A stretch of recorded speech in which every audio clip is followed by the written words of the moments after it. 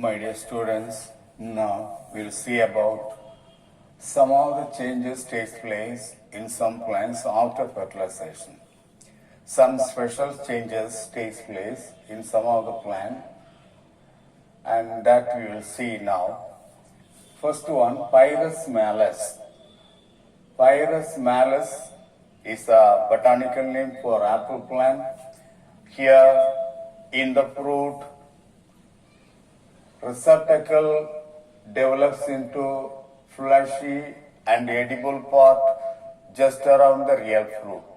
It is the example for false fruit.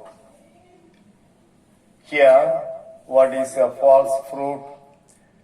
When the fruit is developed from any other part of the flower rather than the ovary, that is called false fruit.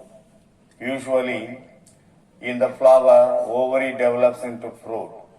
But in some cases, ovary, just below the ovary, may be thalamus or pedicel or any other part of the flower, when develops into fruit, that is called false fruit. The apple fruit is an example for false fruit and also true fruit. Here, the fruit consists of both false fruit and true fruit. The fleshy part of the apple is considered as the modified thalamus, which become fleshy, juicy, and that is seen just around the true fruit. True fruit is inside, that encloses the seed at the center. The true fruit is surrounded by fleshy thalamus. What is thalamus? Thalamus is the terminal part of the pedicel. Pedicel is the stalk of the flower. At the terminal part of the pedicel, there is an enlarged part to which all the floral parts are attached. That is the thalamus or torus or receptacle. In some cases, like that of apple, the thalamus enlarges and form fleshy part of the fruit. That is called false fruit. Here, the false fruit is represented by fleshy thalamus, and that is the special condition seen in Pyrus malus. Second one, Solanum melanginum. After fertilization, the calyx will not wither away as usual. The calyx remain attached with the fruit and grow along with the fruit. That is the persistent calyx. Persistent calyx can be seen in the Solanum melanginum, brinjal. This is the brinjal plant. The third one is Physalis minima. In the Physalis minima, here also the calyx will not wither away from the flower after fertilization. The calyx grow over the fruit and enclosing the fruit and covers the fruit as a whole, and it is acting as a protective covering. That is the accrescent calyx.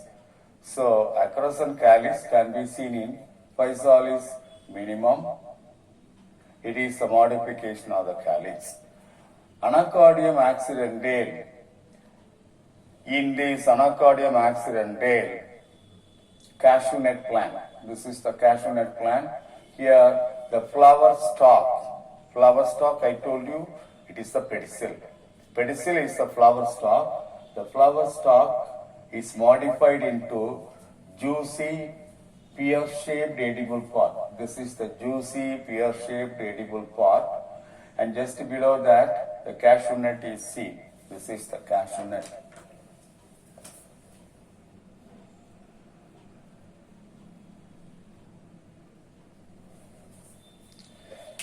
Here also, the fleshy, enlarged flower stalk is the false fruit, but this is the true fruit. Here also you can see one of the same fruit, you can see true fruit as well as false fruit. Here, false fruit represents the fleshy pedicel, fleshy flower stalk that become juicy, pear-shaped and edible. as far as Anacardium accidentale is concerned, this is the modification. Pedicel modified into fleshy edible part that looks like a fruit. Fifth one, jackfruit. In the jackfruit, the edible part in the fruit is perianth. The jackfruit is a multiple fruit, composite fruit. What is composite fruit? What is multiple fruit? When a single flower with many, when a single fruit with many fruitlets formed from a whole inflorescence of a plant. When whole inflorescence is converted into a single fruit enclosing a number of fruitlets, that is called composite fruit or multiple fruit. The jackfruit is a psoriasis type of multiple fruit. Here, the fleshy part is perianth. What is perianth? Perianth is the undifferentiated structure of calyx and corolla. It is not the calyx, it is not the corolla, but in the place of calyx and corolla, some other structure will be seen, that is called perianth. Perianth is fleshy. Perianth is fleshy, juicy and edible in jackfruit. Next one, Ricinus communis. In castor, this is the castor plant, carangle is seen. What is carangle? Carangle is a white colored aggregation of cells seen outer to the integument just around the micropyle. Micropyle is the opening of the seed. Just above the micropyle, there is a white colored group of cells seen. That is the caruncle. Caruncle is a group of cells, white colored cells, present just outer to the integument, just around the micropyle. In the case of castor seed. Next one, Myristica and Pithicelobium. Myristica and Pithicelobium plant. The funicle is converted into colorful fleshy structure that is called aril. What is funicle? Funicle is the stalk of the ovule. The stalk of the ovule is in some cases Myristica and Pithicelobium. It is converted into or develops into a fleshy structure which is very often colorful, and that colorful fleshy structure is called aril. The aril can be seen in two plants, Myristica and Pithicelobium. Lastly, black pepper and beetroot. In black pepper and beetroot, the nucellular tissue. Nucellular tissue means it is a cell, it is a group of cells occupy the major part of the ovule body. Body of the ovule is completely filled with a parenchymatous tissue that is called nucellular. The nucellular tissue is a nutritive tissue that nourishes the developing embryo and embryo sac of the ovule.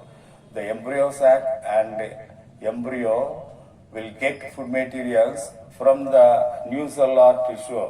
So that is also acting as a nutritive tissue just like that of the endosperm. And in some cases, in the case of black pepper and beetroot, not all the nucellular tissue will be used up for the development of the embryo sac and embryo. A small part, as some part of the nucellular tissue remain in the seed as perisperm. So perisperm is the remnant of nucellular tissue, the remains of the nucellular tissue present in the seed after consuming some of the part of the nucellular tissue for the development of embryo sac and embryo. That is the perisperm seen in black pepper and beetroot. So these are all some of the special modification seen only in some plants after fertilization.